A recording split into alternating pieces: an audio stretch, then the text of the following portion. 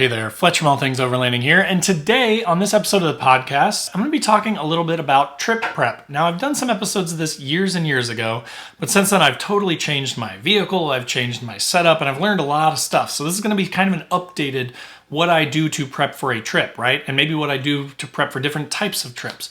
So if you are, sort of newer to overlanding, or if you are constantly trying to optimize your setup and how you get ready for a trip and how you pack your stuff, this should be a good episode for you. So if you want to learn more about optimizing your trip prep and how to get ready for an overlanding trip, stay tuned.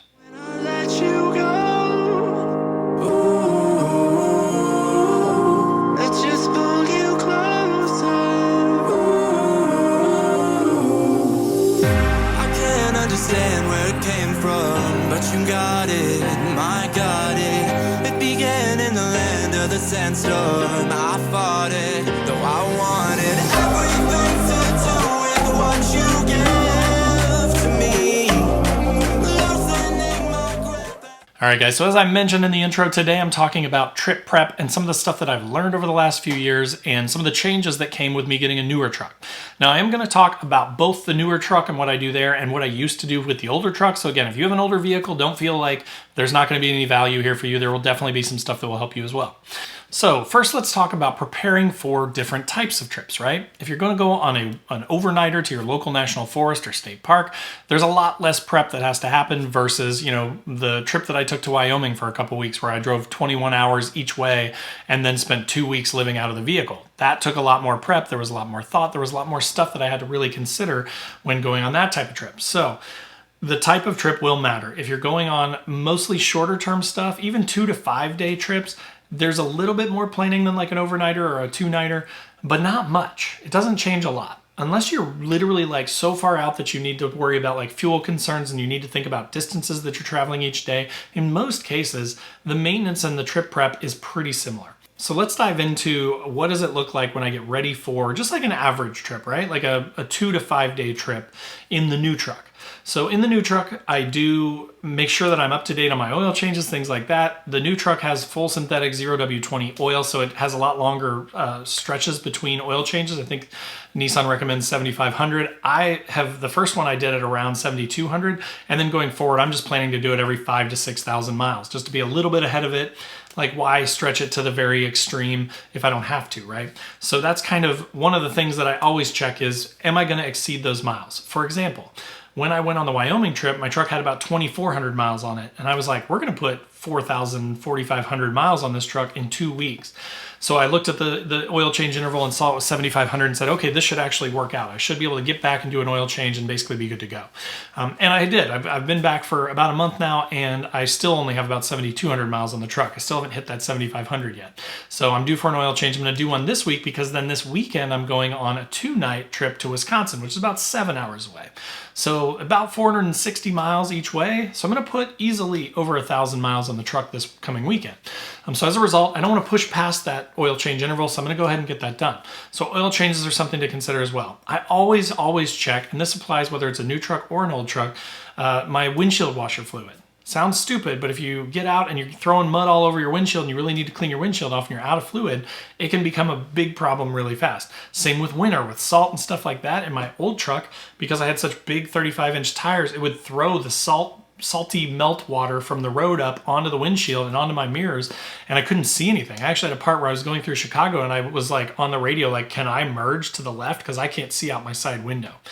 So you need to have all of your fluids topped off. Same with brake fluid is an easy one to check and top off. Radiator fluid coolant is another one that's easy to check and top off. So just your normal sort of maintenance stuff that you would want to check before any trip is a good one. Now, of course, if you're going on an overnighter or a two-nighter, I seldom check that stuff. I mean, I am aware of like, am I close to an oil change interval? Do I need to do an oil change soon? That kind of thing. But I don't necessarily go through and check every single fluid and that sort of thing. On the longer trips, definitely good to do that sort of thing. Another thing that I've sort of learned that I wasn't as good about before is just sort of checking over everything. And what I mean by everything is anything that could potentially cause a problem. So an example would be lug nuts. I will take my torque wrench and I'll go around and I'll just check that they're all torqued properly on all my lug nuts. Because sometimes, you take a wheel off, you take something off and you add a spacer or you do some maintenance and then you put your wheel back on, it is possible. A long time ago on one of my first cars, I had taken a wheel off to do something and I put it back on and I never tightened down the lug nuts. And then I'm driving and I feel this vibration and I pull over and it had just stripped a couple of my studs. I ended up actually having to replace full studs for my lug nuts in my back wheel on my 350Z because I'm an idiot and I didn't realize that I had forgotten to tighten them down. So again, just before you're going to go drive hours and hours away, especially, but even on a shorter trip where you're maybe only going to drive an hour or two away, it's just good to check stuff like that when you can. Check your lug nuts, check your suspension components. Make sure that everything's tight, especially if you've modified it. In my case, I added longer shackles. I put on the All Dogs Off-Road RC Killa kit. So I have an add leaf in the rear. I have a longer coil in the front. Check your top hat bolts. Make sure that everything's tight. Check your bolts that hold your shackles in. Make sure those are tight. Things shift and change over time, right? So you just want to be aware of that and you want to be cognizant that you check those before they become a serious problem that could sideline you on the side of a trail or on the highway and potentially cause a dangerous accident. Same goes for gear, right? So like if you've got a rooftop tent, you want to check and make sure that, like for example, I have a solar panel mounted to the top of my rooftop tent on my crossbars. It's only held on with 4 bolts and nuts. I just want to check those and just make sure that they're not loosening up or none of them are missing or none of them have come off. Same with your rooftop tent. Make sure that you've got your latches down. When I've got my lock on there, I make sure that my lock is secured and closed so that it doesn't pop open on the highway. Also run through all of my existing storage. So like my dual drawer system that I've got in the bed of the truck, I will open that stuff up. I'll make sure that there's no leaking, that there hasn't gotten water into them or dust or anything like that, that I've got everything that I need. That sort of stuff. So just check over everything. Same with bed rack. This is super important and something that I didn't realize when I went on my Wyoming trip and I had misinstalled the bed rack, and the bed rack actually came loose on that trip because there was so much shaking. There were some really rough trails that we hit out there, and I actually tore the bed rack out of my channel in the back of the truck, and I had to do a trailside repair to fix that. If I had checked that before I left, I would have known that, and I could have fixed it in a much better spot, not on the side of a trail, with the appropriate tools, and I would have had a much better time on that trip instead of having to deal with that. So, things like any modifications, anything that you've added to the truck, any suspension stuff that you've done, any, if you've taken your wheels off recently, lug nuts, all that stuff is important, and you need to just sort of check over all of it before especially a longer trip. Another thing that I will do, getting away from kind of the vehicle maintenance side of things, that's just general and applies to everybody, is packing and list making, right? So I've mentioned this before. I still do a lot of the same things. I have a spreadsheet that I use where I kind of make a checklist and I check those things off as I'm packing for that trip.